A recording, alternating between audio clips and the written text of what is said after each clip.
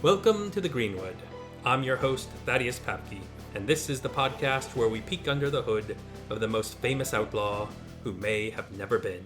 From archers to archaeologists, we interview subject matter experts to learn why the figure of Robin Hood continues to endure and consider what we can learn by examining what is known as the matter of the Greenwood.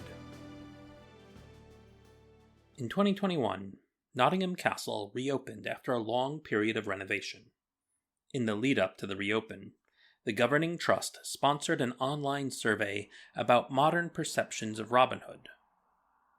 When asked what sort of position in society they thought a modern-day Robin Hood would have, by far, the most common response from the public was social activist. The audio from the cold open was taken from a video filmed by today's guest, Finn Hardy, an activist himself. It was edited to remove the cursing and the chanting. Chanting that was met with violence.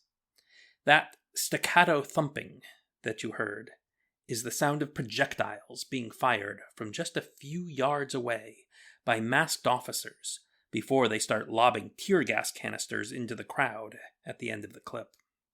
Stick around until the end of the episode to hear the chants that apparently elicited the violent response from the officers. Finn has been an active champion of healthcare reform, various social causes, and is involved with local politics in the Chicagoland area. I was therefore unsurprised to learn that he has also been active in protesting the actions of ICE.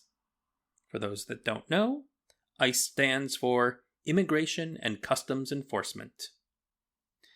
There have also been other law enforcement agencies as well, participating in what has been called Operation Midway Blitz. As part of his 2024 presidential campaign, one of the pledges from Donald Trump was that he would embark on a campaign of mass deportations, garnering support from the right by vilifying and dehumanizing immigrants has been central to Trump's political ambitions since he first declared his candidacy for president some 10 years ago. Now, I was thinking I might insert some audio clips here of some of Trump's dehumanizing rhetoric. But honestly, his voice is on our airways enough as it is, and I'd rather not add to it. But I will quote this statement he made on the campaign trail just before the 2024 election, as it doesn't even include a shade of subtlety. The Democrats say, "Please don't call them animals. They're humans." I said, "No, they're not humans. They're not humans. They're animals." When I say that he has used dehumanizing language when talking about immigrants, I wasn't being hyperbolic. Just within the past week, here in the beginning of December 2025, Trump has referred to Somalian immigrants as garbage. Since the start of Trump's second term, ICE has been having a massive recruitment drive. While funding for arts and sciences, social services, and other government agencies have been axed, the budget for the Department of Homeland Security has exploded, and administration officials have vowed to make good on the campaign promise of mass deportations. This has taken the form of ICE officials going in force to various cities in an ever-expanding effort to round up as many immigrants as possible. Operation Midway Blitz is the term used for their actions around Chicago. The ostensible claim is that they're targeting gang members and criminals who have entered the country illegally. But the truth is that they're targeting anyone, including citizens, and they're denying individuals the right to due process and suppressing expressions of dissent. Since the Middle Ages, one of the most consistent elements relating to Robin Hood is his opposition to individuals that are abusing their positions of authority. So string your bow, make a protest sign, and look out for the welfare of your neighbors. As we enter the Greenwood with political activist Finn Hardy. Hey, how's Hey, it going? Finn, how are you? I'm doing good. Yourself? Not too bad, not too bad, all things considered. Yeah, it's an interesting time right now. And It it sure is.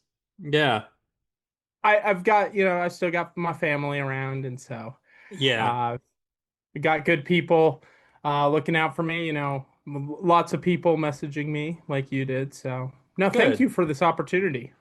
Yeah, yeah, I really want to give as much platform as I can to get these stories out there, to really be talking about what's happening, because a lot of people don't understand. Right now, I'm living in the UK, and people here really don't understand. But a lot of people in the US don't understand what's happening in the US right now.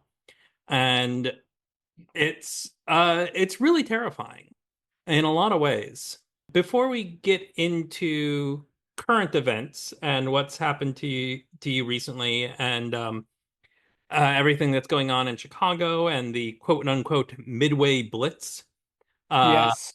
let's uh, let's just tell everybody a little bit about who you are, because I've known you for a very long time, and I've known that since a very young age you have been very politically active. So let's kind of just let the audience know who you are, where you're coming from, and what you've been doing. Yeah. So I'm Finn Hardy, and I have lived in Chicago my whole life.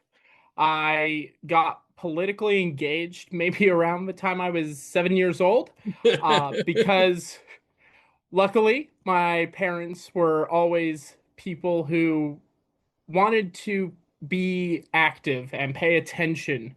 So, not just in presidential elections, but also in state elections and local elections. So, Hmm. that just kind of rubbed off on me. And I began my career in politics in 2024 after a couple years of bartending and some years working in retail because I wanted to do something more. Hmm. And I felt that I had gotten a really good base of where people were at through just conversations at my bar and conversations while working as a cashier and working at the order pickup desk.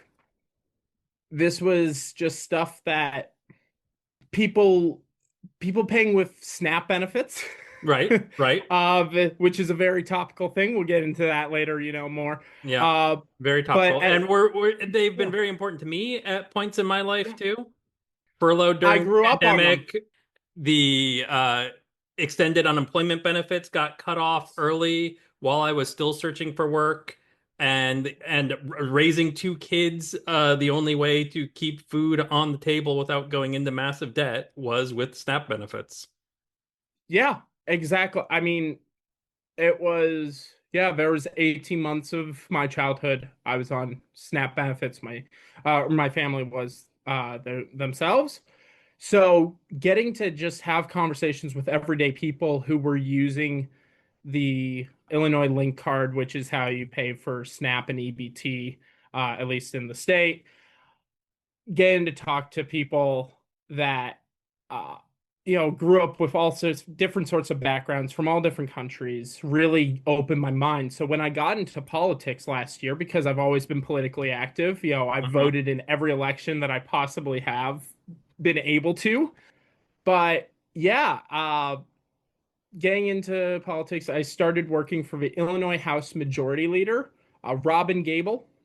She is a wonderful individual, progressive, has spent her life working in healthcare.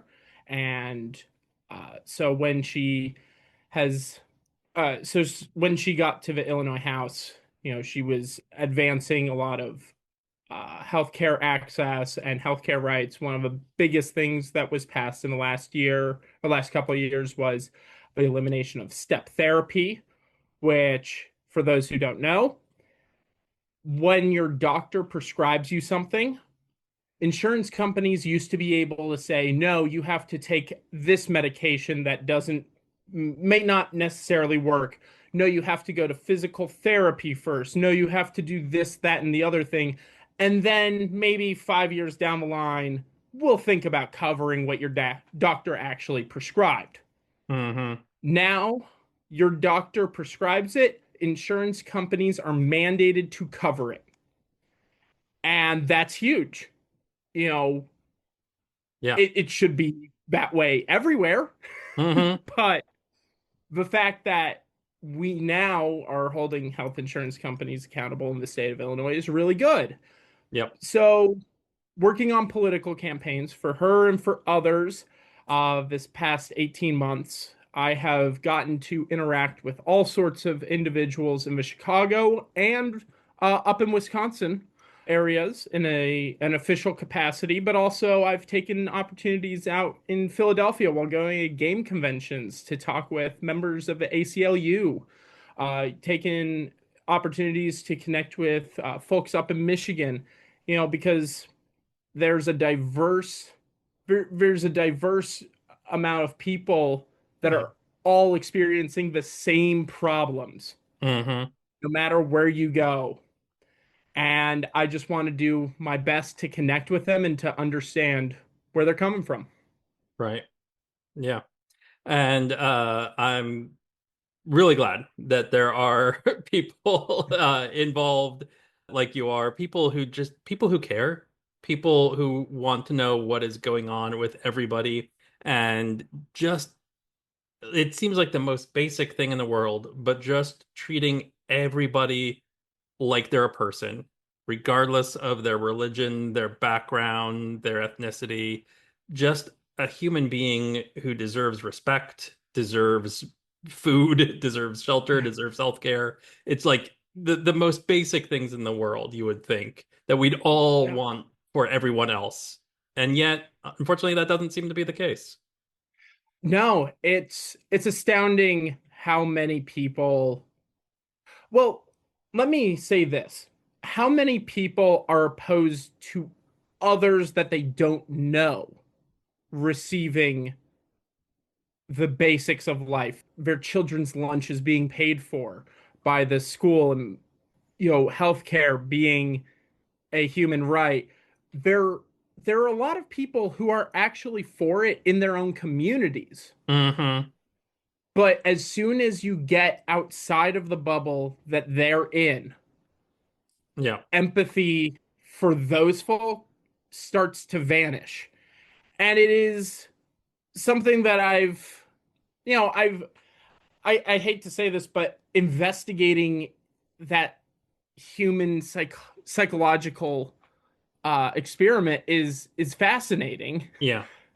because you'd think if you have empathy for those immediately around you and you want those around you to be taken care of, you want them to receive SNAP benefits, you want them to receive health care, Mm-hmm. why wouldn't you want their friends then to receive, and their friends of friends then to receive those same benefits? Right. Yeah. In anthropology, there's this concept known as othering. And Mm. once this kind of establishment of the other takes root, it can be really hard to connect with people on that same level and want the same things for them. And it makes people kind of trying to draw in towards themselves and think of their family, their community. Like we need to be protective of what we have and keep the others from being able to get it. And that's part of what makes it so dangerous when you hear people who have a platform, when you hear politicians using language where they talk about using words like people being vermin. That is othering language. That is Yeah. language that is intended to put people in that category of not being with us, not being part of us, and therefore not deserving of all the benefits that we want for us and our family and our loved ones. No, absolutely. And you hear it, unfortunately, from way more elected officials. And it's not just your US congressional members, it's from your local members. Time and time again, this vehement hatred and othering. The language that they're using is so problematic, not just to the people they're intending to spew hatred against, but Mm-hmm. to all sorts of other groups that get the unintended consequences of this language. And you see this in Chicago with ICE and Custom and Border Yeah. Patrol agents, where a lot of them have eaten up the language of it's us against them. Mm-hmm. And Where yeah, they're, there's a language, a mentality of being at war, basically. yes, our own president, Donald Trump, posted that AI generated image about the shy apocalypse. Yeah, yeah. For And those who don't know it, it said Chipocalypse Now, which was a yeah, portmanteau of Chicago and apocalypse, and referencing the film Apocalypse Now, presenting himself as Robert Duvall's character from that movie. And I believe he had a caption along the lines of Chicago's about to learn why they call it the Department of War. And this image of the Chicago skyline with fighter jets flying overhead. So, yeah, yeah. the language of war as blatantly as possible. And you see that, unfortunately, as someone who has been on a boat in Lake Michigan, like essentially seeing that skyline photo that they posted on that image Mm-hmm. and thinking, "Oh my gosh, the city is so beautiful from essentially that exact same viewpoint, just a little bit closer to sea level." Seeing that photo was, "Oh my gosh." Yeah, you're home. I that yeah. And I think it was around that time. I mean, that's when Midway Blitz got officially started. Mm-hmm. And Operation Midway Blitz has been continuing for the last 2 months now, Yep. with drastic consequences. But it was about that time, point in time when that photo was posted, that I myself realized I have to not just be active in politics with my job and helping defend democracy. I have to be a soldier on the front lines defending my city. Mm-hmm. Yeah. So And what does that look like? What are the front lines in this situation? so there's it, easy to say there are multiple places that need frontline fighters in many different ways. One of the ways in which I've been the most active, and this is, I guess, what you could call the very first of the front lines, is the protesters at the Broadview ICE detention facility, and that is where, in just outside of Chicago, about 30 minutes west of downtown, there is the ICE detention facility that they have been taking anyone they have ICE has taken off of the streets to there, and then a few days later from there, the individuals they've taken get sent to a multitude of places. So Mm-hmm. this is where everyone who is been caught up by Border Patrol ICE goes through before going anywhere else in the nation. So protesters have been out there every day, myself included.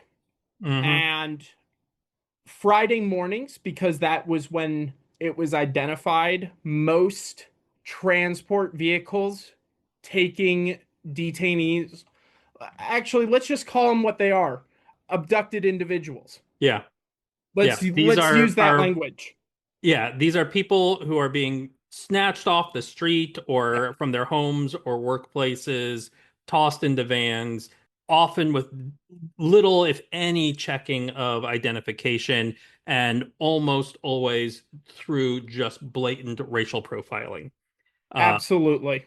yeah, especially So, targeting Latino communities, but other people getting mhm. swept in as well. Yes, no, it's been it's unfortunately been a case of no matter no matter the race, individuals are having their rights violated. Hmm. But it is majority the Hispanic and Yeah. Latino community. It's who they're being targeting, which Yeah, doesn't make it okay. no, There's no, nobody that it's okay to target. absolutely not. But yes, on Friday mornings, they've been transiting out these abducted individuals to the different airports and helipads within the Chicago region, O'Hare International, Midway, but mostly Gary Chicago Airport in Northwest Indiana, because Indiana's been much more cooperative with ICE and Border Patrol agents, and the Chicago Executive Airport up a little farther north than O'Hare, about 15 minutes. And then they send these individuals on flights to Michigan, to Texas, to Florida. And unfortunately, even with the individuals that protest there on Friday mornings, we have constantly had our freedom of assembly restricted each Hmm. week, where week in and week out we have gathered. And originally we were able to be all the way up into right by the ICE, the Broadview ICE detention facility. And then they built an illegal gate and erected that without city approval or village approval from the village of Broadview. Hmm. And we were unable to get any closer than where this gate was erected. Right. Unfortunately, even so, when protesters would get halfway between the nearest street and the gate, ICE agents would still deploy tear gas, fire pepper balls and baton rounds, and still go after protesters who were not even close to the facility. And And that and what were the protesters doing most of the time when they are being tear gassed and having these rounds fired at them? Which are, and I refrain from calling them non-lethal rounds because people have been killed by them. absolutely. So for those who don't know, real quick, a rubber baton round is actually there are a lot of baton rounds that are just the outer shell is rubber while the interior is still metal. And they Mhm. do absolutely have the capacity to kill individuals. And we've seen it not, well, not maybe kill, severely injure, Oh yeah. People have permanently. lots of people have lost eyes. Yeah. Yes. And they are very erratic once they are fired because the rubber travels, especially from a long range shot, because it was a sniper rifle on the roof that was shooting these baton rounds. A lot of them would hit people's heads because they're when you're firing them from such a long range away, you lose control and lose accuracy of where they're going to hit. And so Hmm. they're injuring people. They're yeah, hitting people in the head. They're hitting people in very vulnerable and unprotected places. But to talk more about what people would do in response for protesters. So I will say, because I need to genuinely say this, yes, there have been agitators on the protesters' side. But before anyone wants to say, Finn, you're going and saying that there are agitators, that means everyone deserves to be tear gassed. This Right. has been less than 1% of the Hmm. protesters there. For the 500 individuals who have shown up, three, maybe four of the 500 have been agitators. Yeah. That is no excuse, A, to target any other protesters, Hmm. and B, it should not and is not representative of the large practice peaceful practice of the rest of those down there, Right. including myself. So I'll just say from personal experience, getting tear gas sucks. I have been tear gassed more times than I can count now. Mm-hmm. Pepper balls are small little pepper round. It's like a paintball pellet Yeah. that explodes on impact and releases pepper gas. Mm-hmm. So the tear gas and the pepper gas, that those two combine to form when in such high quantities of rounds being shot and tear gas being deployed, makes it so you genuinely think you're about to die from asphyxiation. Yeah.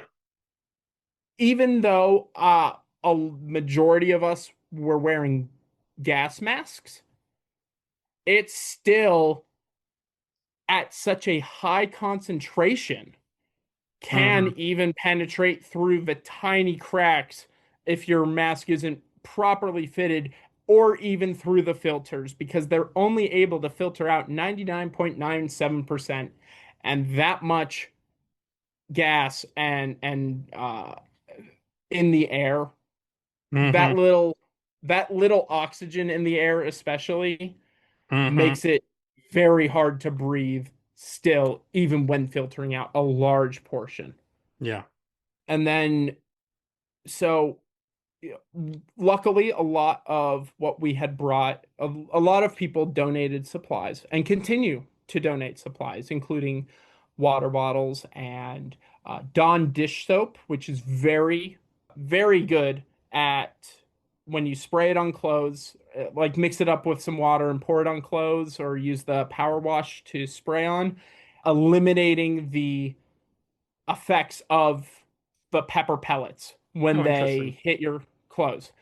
Neutralizes it so that you're not carrying around essentially Mm. a Mm-hmm. pepper spray Yeah. outfit, Mm-hmm. which I found out when getting into my car. In confined spaces, reactivates a hell of a lot more than you think. But we had people who could not see, who were blinded by Mm-hmm. the tear gas, who could not breathe, choking on it, who were unable to walk because they had been hit in the leg multiple times, that needed assistance getting out of there. So a lot Mm-hmm. of what I was doing on September 26th, the first time that I was at Broadview Friday morning for a full length protest, was just getting individuals from near the front to the back where we Right. had supplies and Mm-hmm. out of the line of fire.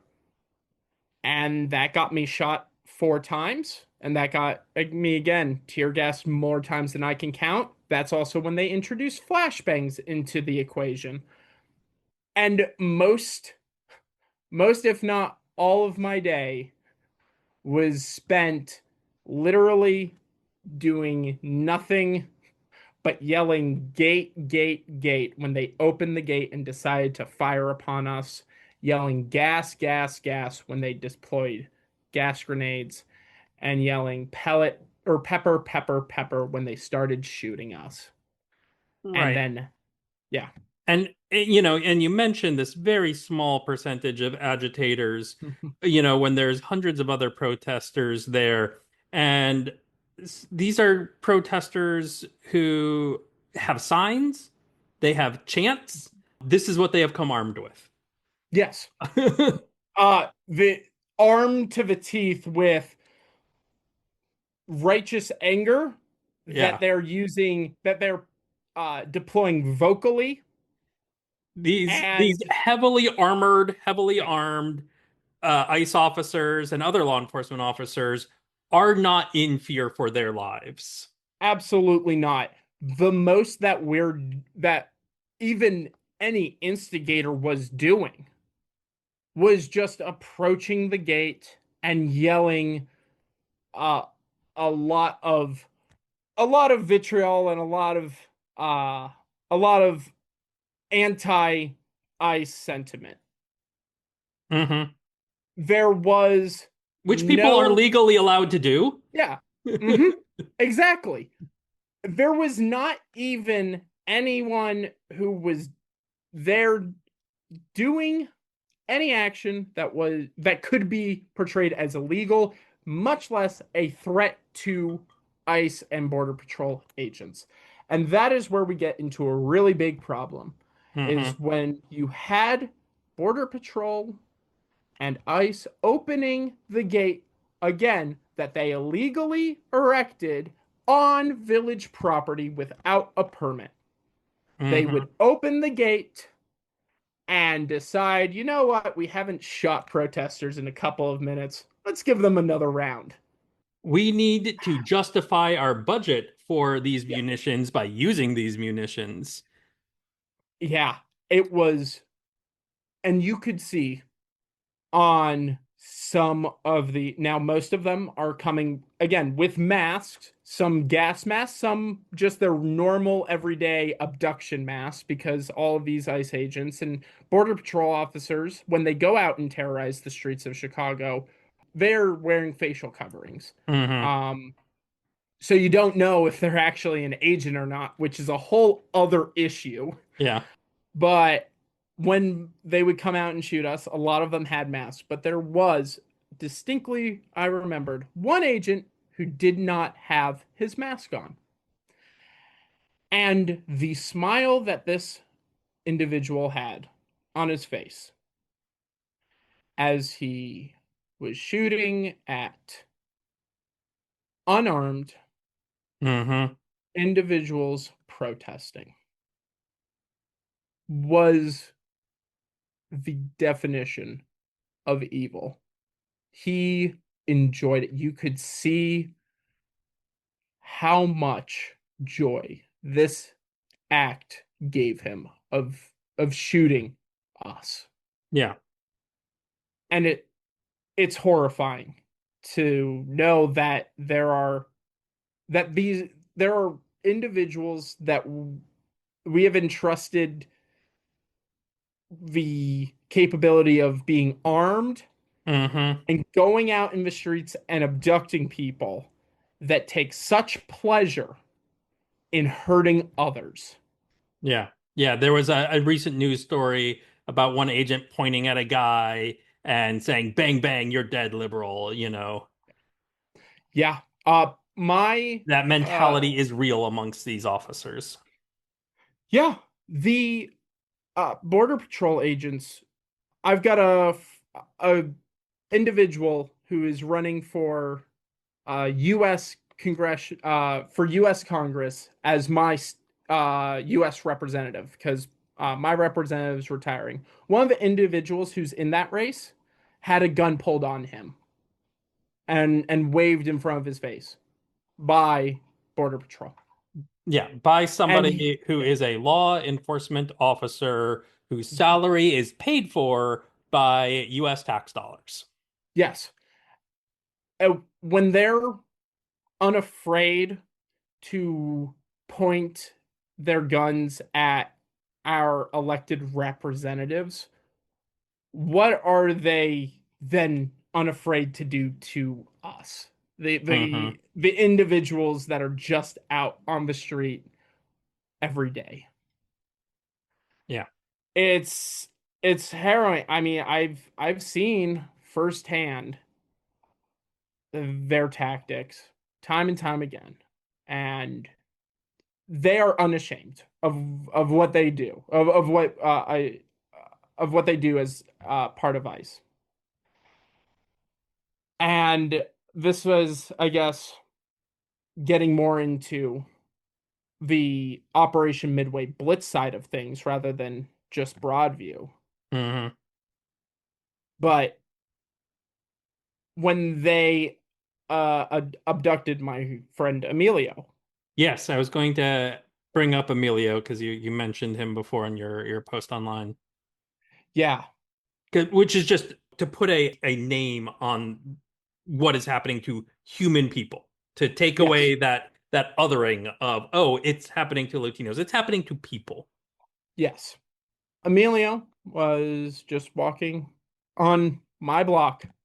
You know, he's great individual. He started off or he still was ah sorry. Yeah, it's all right. Yeah. The reason I met Emilio is he is the custodian at for the group of buildings Mm. on my block, the association. And it started off with me and him, just saying hi to each other every time we'd pass by. As I'm headed out to work, as I'm, just taking out the trash. Um, each day there was a decent chance I was running into Emilio, and so it started, cordially, and then we got to small conversations, and pretty soon after it became, we had good 10-minute conversations back and forth, just about how the day's gone, what's new in our life, Right. just catching up. And he has this energy that just always made your day better when you got to interact with him. Like he he was always smiling, and I always enjoyed seeing him with his upbeat nature, and Yeah. getting a little bit of that in my life. And so at 2:10 on Wednesday, November 5th, as ICE was in my neighborhood for the third consecutive day, because they decided that they wanted to just keep pummeling us. And I'm on the north side of Chicago. And for those who don't know how the Chicago geography is laid out, the north side is pretty diverse up where I live. You got a good ethnic mix of Indians and Pakistanis, Mexicans, other Latin Americans, Colombians, and Venezuelans, a good mix of Eastern Europeans, Western Europeans, Black, and Caribbeans, like very diverse. Yeah. Up on the north side in Rogers Park, where I'm at. And so they continue again for a third day, hitting our neighborhood. And they just drive up on the street. They go over to him. They ask, "Hey, do you have your papers on you?" And he says no. And they're like, "Hey, let's go." And my neighbor, thank God that she was there, luckily was a trained ICE rapid responder. She immediately came out with her phone recording, had her whistle, was contacting ICER, which is the Illinois Coalition of Immigrants' Rights and Rights for Refugees, I believe. But yeah, ICER is a wonderful group. They are the ones that are helping provide a lot of aid to those detained and their families at this time. So she comes out, approaches the ICE agents as they're trying to take Emilio away. And she does everything she can, but unfortunately, they put him in the back of their Jeep Wagoner, or because they're renting cars from all over the city. So, they're just taking whatever rental agencies got on hand. There were 3 others in that car that they had already abducted as well. One of which was bleeding from his head. Because they're, as we said, they are abducting people, and they will abduct people violently if you try to run away, if you try to resist in any sort of way, as people should, because masked men are trying to snatch them off the street, demanding to see papers. I myself am right now an immigrant. I am living in another country than the one that I am from. I don't carry my papers with me everywhere I go. I don't carry proof of my right to reside in this country, and I shouldn't have to. Nobody should have to. So, yeah, that it's utterly grotesque. It it really is. And the fact that there is no accountability, there is no oversight right now, there are no consequences for ICE agents from this administration federally. Hmm. So they are emboldened and empowered Hmm. to conduct any detention as they see fit. Encouraged. How Encouraged. encouraged, yes. Yeah. Recently in an interview, like last week on 60 Minutes, reporter asked Trump if he thought things had gone too far with ICE's actions, and he said they haven't gone far enough. Far enough. Yep. Which you hear that as an individual in Chicago, or you could even be an individual in Portland, an Yeah. individual in LA. I don't know how much people know about what's going on in LA, but just because I know there was a good amount of news centric on LA earlier in the year, Yeah. just because it's not getting national coverage now doesn't mean that they've stopped hitting LA. Yeah. There are reports of them hitting New York each day. There were even 2 cases in Philadelphia yesterday. Hmm. Washington, D.C., where the National Guard is also deployed. They are in Atlanta. They are in Texas. Of course, we already knew that they're in Texas, given that they're a border state, Hmm. but there have been reports of them in Dallas and in Houston. There have been reports of them in Denver, Colorado. And that obviously is a place where Customs and Border Patrol cannot operate. So it is ICE and Homeland Security who are operating then in Denver. If you think that it's not going to come to your city at this point in America, Oh, yeah. you are mistaken. They are spreading out everywhere. Hmm. And as a resident of one of these cities that sees it on a daily basis, what Trump said was detestable. And it's not the first time he said something No. detestable. Not even close.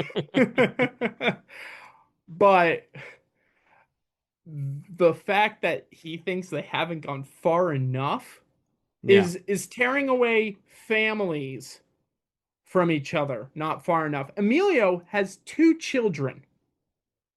Is tearing him away from his family not far enough? Is the fact that there was an individual in his van holding his daughter for dear life as he was having a seizure induced by ICE and Border Patrol agents as a result of them pulling him over and stopping him and trying to abduct him. Is it not far enough when they're abducting a reporter who's trying to preserve journalistic integrity and make sure that ICE's actions is not documented? Is it not far enough when we have time and time again the horrific abuse of power displayed by ICE,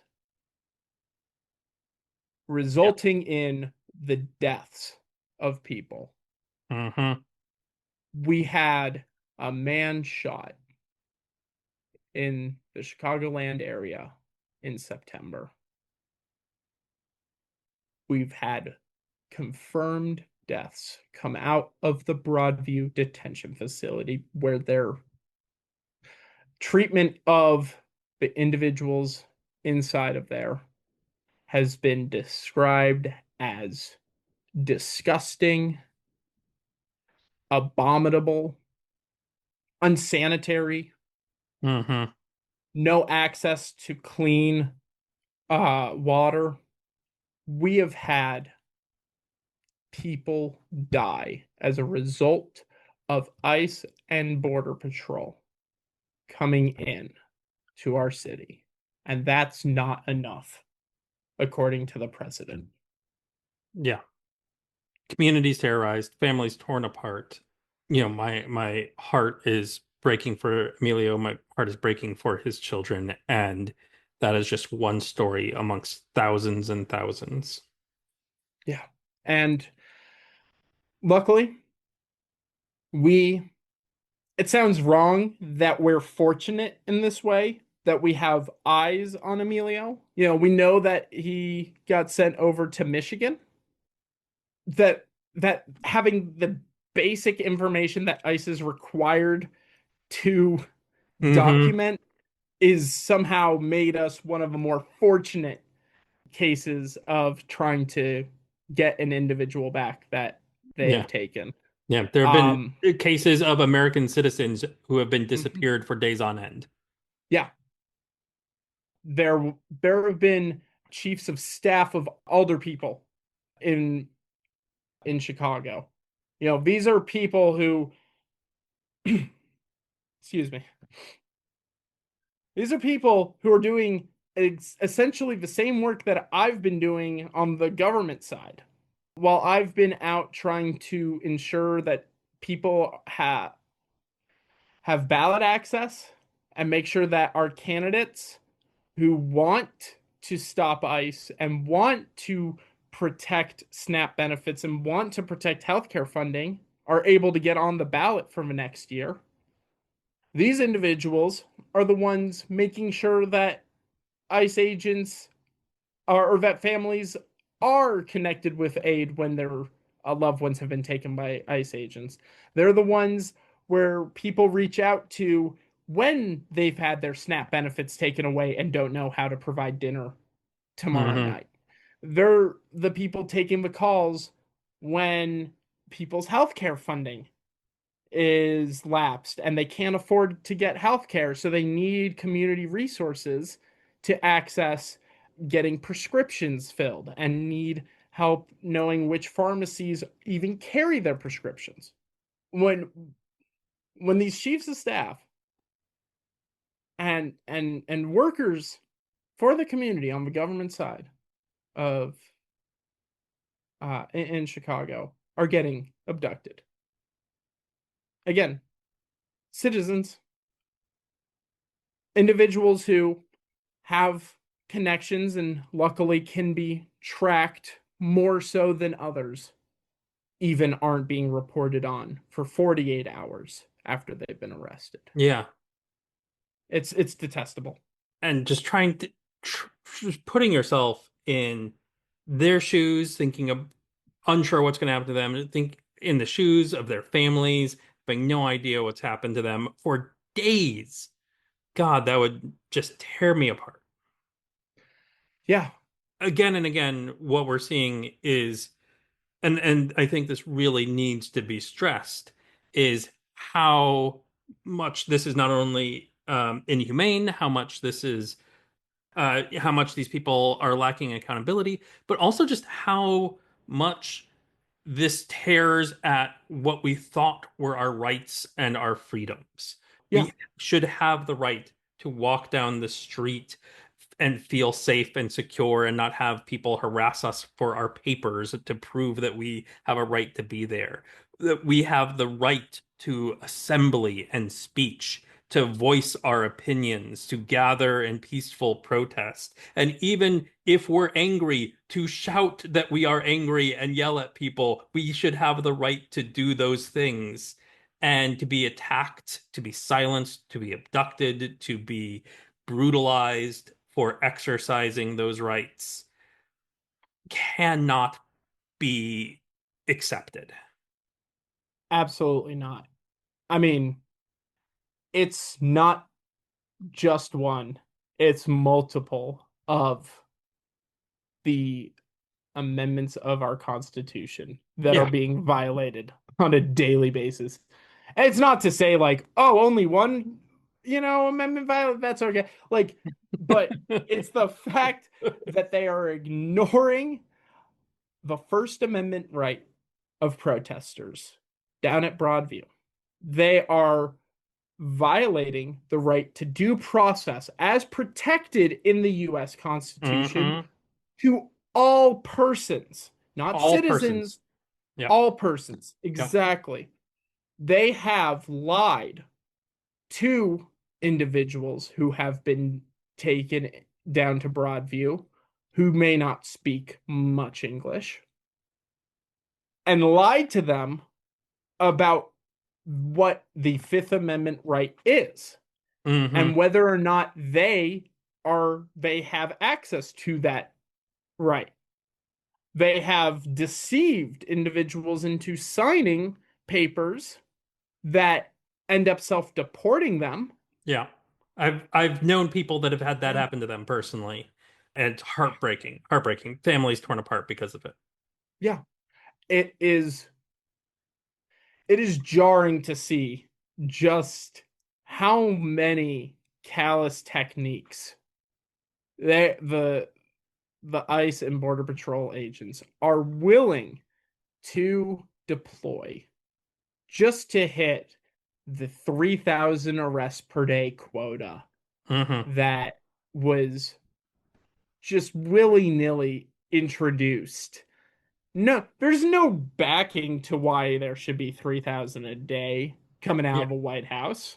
Yeah, any notion that these are all criminals, that these are all gang members. This is the excuse, this is the lie that keeps getting repeated, but they're just taking anybody they want to, anybody who they have othered. Yes, exactly. And when you think of how many people have been reported on, and this is the one that truly breaks my heart. And I know you made reference to this earlier, but when there's only this little information on how many people have been abducted, how many people are getting reported on? How many people have been abducted that there was no rapid responder in the area? That unfortunately no one was able to know what happened to them. And the fact that then they get into custody and are told, hey, you just got to sign this paper and you're good to go. They don't mean good to go back to their families. No, that's good to go back to a country that you might not have even been born in, let alone ever been to. That you have no idea how you're going to make it there. The MAGA party, because it's the current Republican Party. It's the individuals who follow Donald Trump. Right. And it's those that have othered all brown people. So when ICE goes and abducts a lot of brown people, it doesn't matter if they're Hispanic or Caribbean or Indian or Middle Eastern, or it's all just not white to them. And they feel like, well, if you're not white, let's just go ahead and send you to one of the Latin American countries. And we've seen people who were born in Mexico and Venezuela being sent to vastly different, like down to Honduras or El Salvador. And then there was someone who was born in Africa, North Africa, so has a bit lighter skin, but was sent down to Nicaragua. Because, when they're sending anyone darker than white out, they might as well belong to there. And we have seen the problem of just saying that anyone who is not this standard model of individual, and it's usually a white Christian individual, Yeah. Who Heteronormative yeah, cis who general. yes, There's a who whole other issue to get into, the vilifying of trans individuals as well. They're not being neuro rounded up in the same way, but they're still being attacked. Oh, 100% without any neurodivergencies Yeah. is yeah, like they have created this column that looks a little similar to the Aryan race.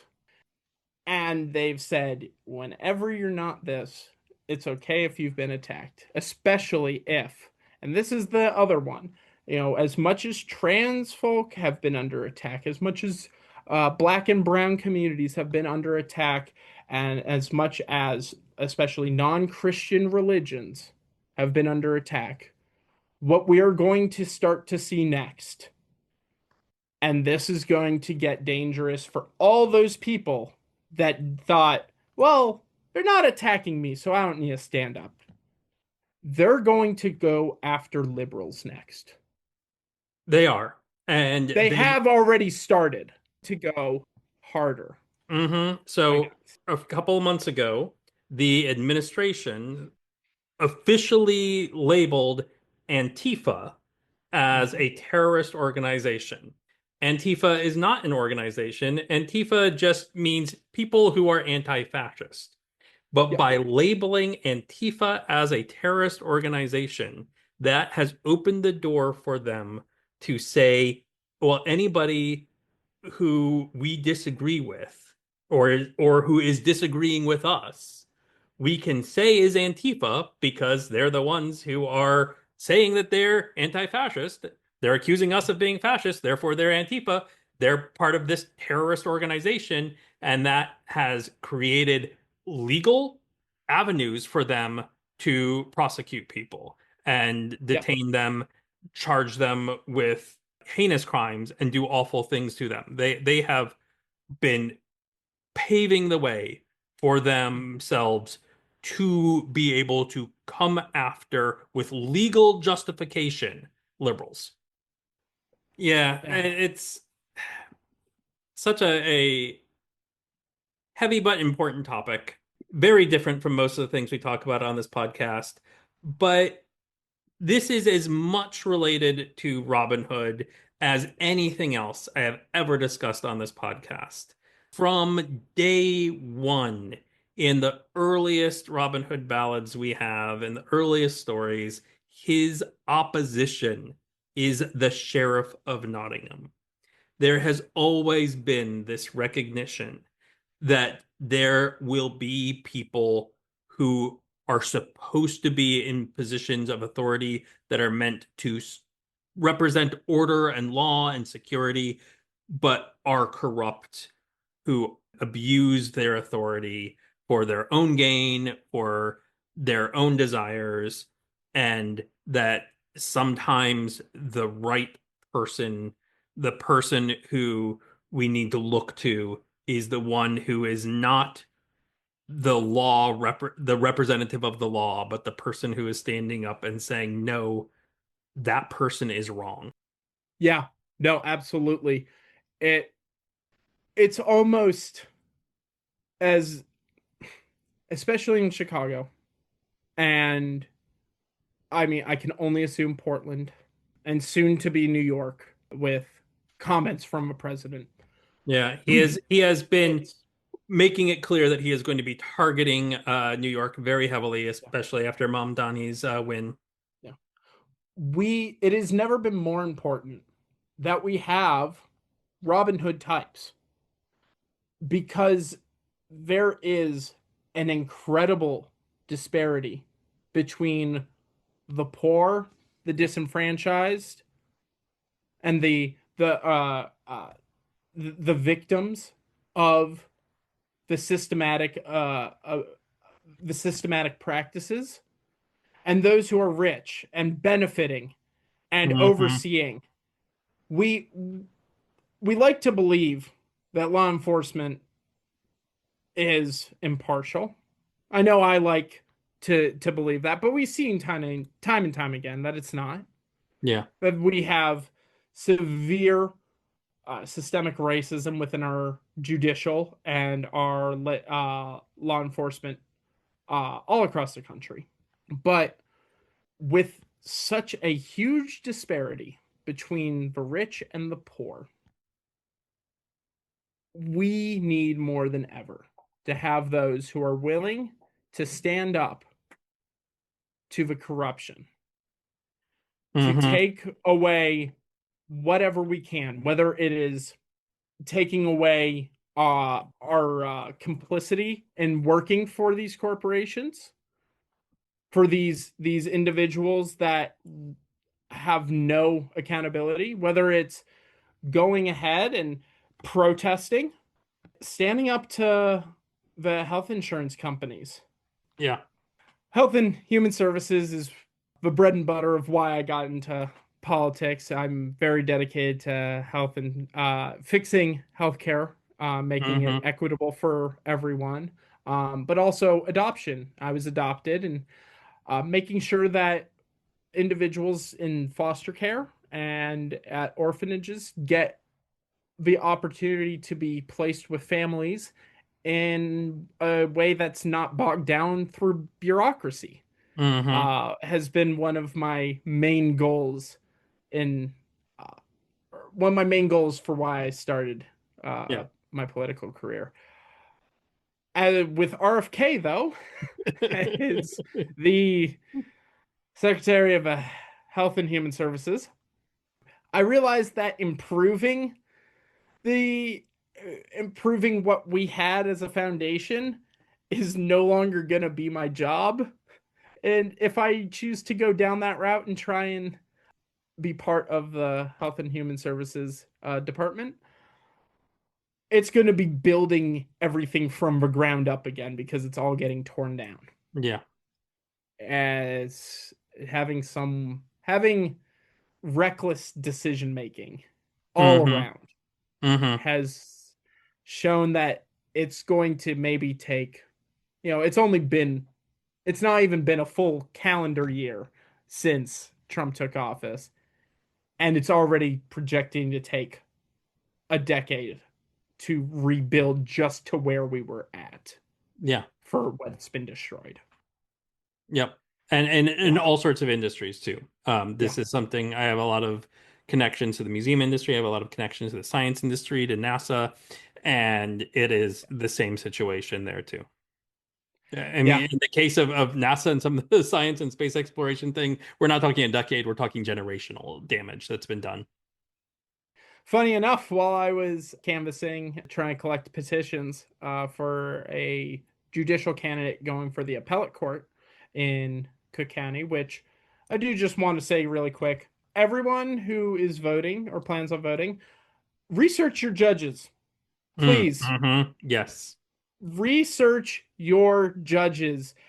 In Chicago, we have this wonderful website, Injustice Watch. You can go on to Injustice Watch. They give you a quick breakdown of the judges that have made bad rulings and what they are, of when they have gone against what a majority of justices have already ruled, and when they have had good decisions that have been upheld by courts above them. Great, really easy to read breakdown here for Chicago, and every city or state at least should have some form of non-affiliated organization that does judicial review, especially one that is non-partisan. That's very important as well. Yeah. Just go onto the internet and search up your nonpartisan judicial review website is for your city, state, etc. Because having proper justices who are willing to defend democracy and not and hopefully it's going to get only more and more important. Yeah. Oh yeah. And I'd like people to stop just auto-checking the box of retain for the judges that have been abusing the system and making horrendous rulings year after year. Yeah. It's Whether really easy. for Yeah. whether it's elected officials, for city council, mayors, Oh, judges, yes. never assume that because somebody's been in their position a long time that it means Mhm. they're doing a good job. It's heartening to know that there's you, your other neighbor you mentioned, and so many others, hundreds and hundreds of others, There's, thousands of others yes, who are out yes. there on the streets of Chicago, streets of Portland, streets of LA, all over the US, standing up and saying, "Get out of our neighborhood. You are not welcome here. Our city is not a training ground for Yeah. your Call of Duty wet dreams." Yeah. Yeah. It is staggering, as someone I was in DC over Labor Day weekend. So I saw National Guard in DC with full assault weapons, weapons designed for war, Hmm. at the Washington metro stations outside of the Nationals ballpark, Yeah. walking down the street, and then to come home and see the exact same thing with Hmm. ICE agents walking down the street with fully automatic assault weapons. Yeah. It's it's horrendous. And yeah, they're treating it like a casual video game. Again, like I mentioned with the guy who was smiling down at Broadview as he was shooting us. He's treating this for sport, for the love of the game. Hmm. And these are people's lives. Yeah. And these are people's families and way to be and way to exist on a Hmm. day-to-day basis. And the fact that some people just think that it's so funny that so many people are getting detained, that are laughing Yeah. Making that people memes, are getting making detained. jokes, Yeah. making merchandise. Mhm. Oh, but when it's Charlie Kirk, and I will say this. I did unequivocally denounce his assassination Yeah. because Yeah. Political violence yes, isn't going to benefit anybody. precisely.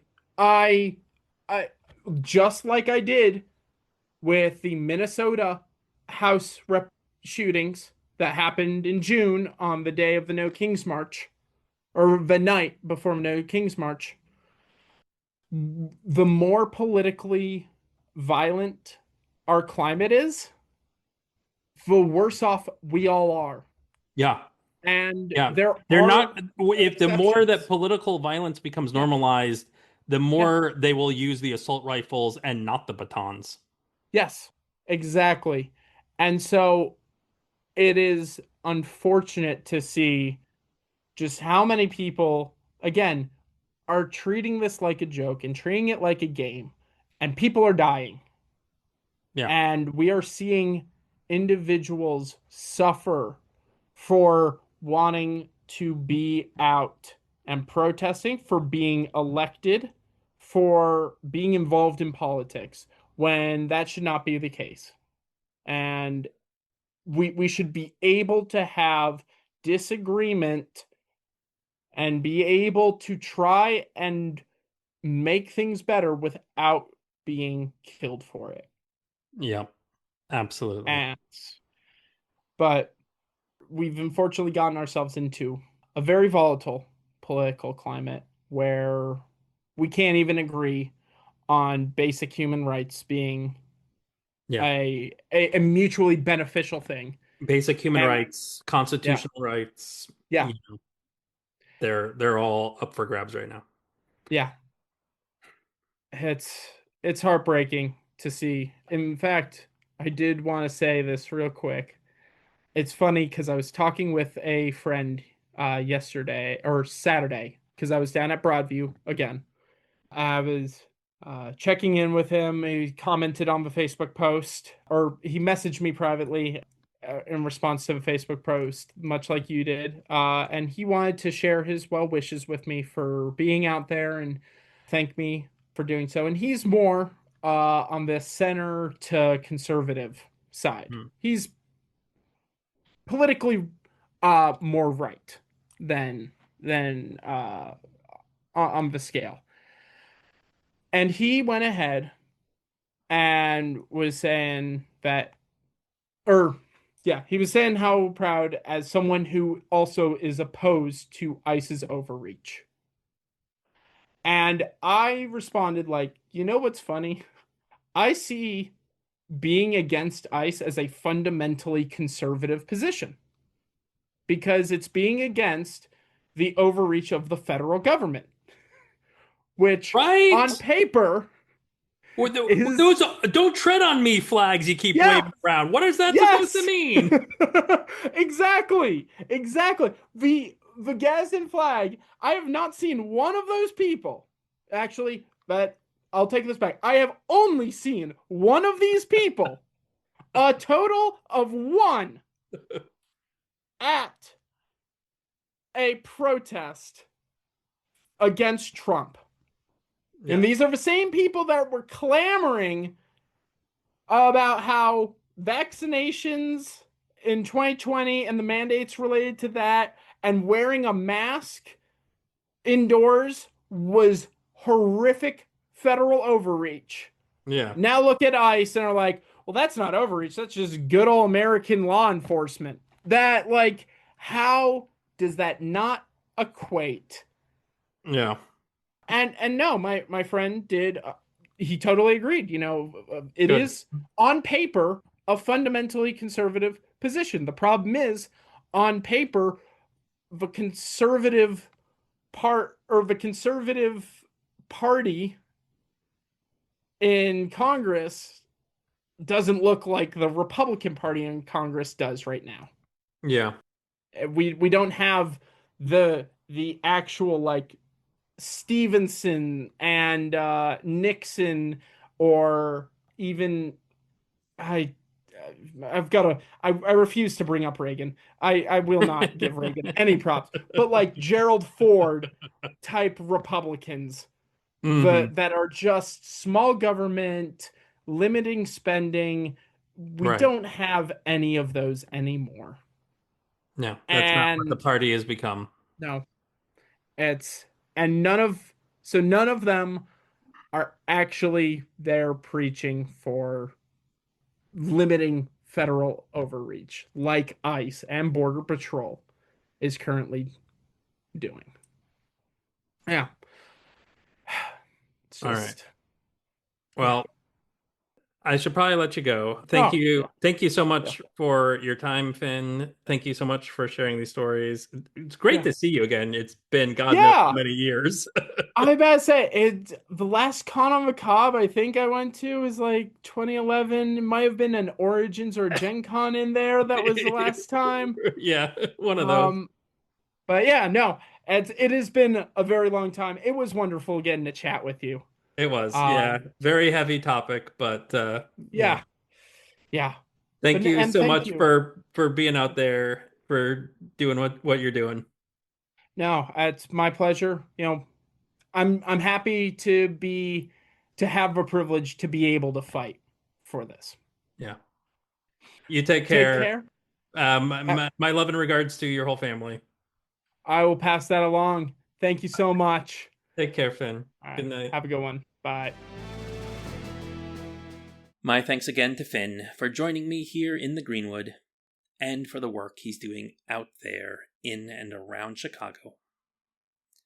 Since recording this interview, we've only seen an escalation in political violence in the US, and in policies targeting immigrant populations. And so for the month of December, a full 50% of all proceeds raised by Into the Greenwood will be going to the National Immigration Law Center. So if you'd like to help keep Into the Greenwood on the air and support one of our select charities, please visit patreon.com/intogreenwood, where you can join our Stout Yeoman, Merry Bandit, or even Notorious Outlaw tiers, and enjoy the various benefits and bonus audio there. Or you can go to buymeacoffee.com/intogreenwood, where you can provide a much appreciated one-time tip to help keep us going. And just in time for the holidays, Into the Greenwood's merch shop is now up. You can find the Dashery store link in the episode description, or search for Into the Greenwood on tpublic.com. The support we get is truly crucial to keeping Into the Greenwood going. Also helpful, though, is of course any sort of sharing of episodes, rating and reviewing on your favorite podcast app, and all those sorts of wonderful, super useful, and absolutely free methods that help others find the show. And naturally, you can also follow us on social media, where we use the handle Into Greenwood on Blue Sky, Instagram, Facebook, and Threads. Or you can email us directly using intogreenwood@gmail.com. There's also a Robin Hood-centric Discord server where we play games, share photos, organize watch parties, and run a book club. At the moment, it's the best place on the internet to find some chatter about the new MGM Plus Robin Hood television series. Just reach out if you'd like an invitation. Into the Greenwood is produced and edited by me, Thaddeus Papke. Our theme music is by Plastic 3. No portion of this podcast has been created with the use of generative AI. That's all for now, though. So once again, I find myself wishing that we can all find it within ourselves to help look out for one another, so that we can all have safe travels until our next journey together into the Greenwood.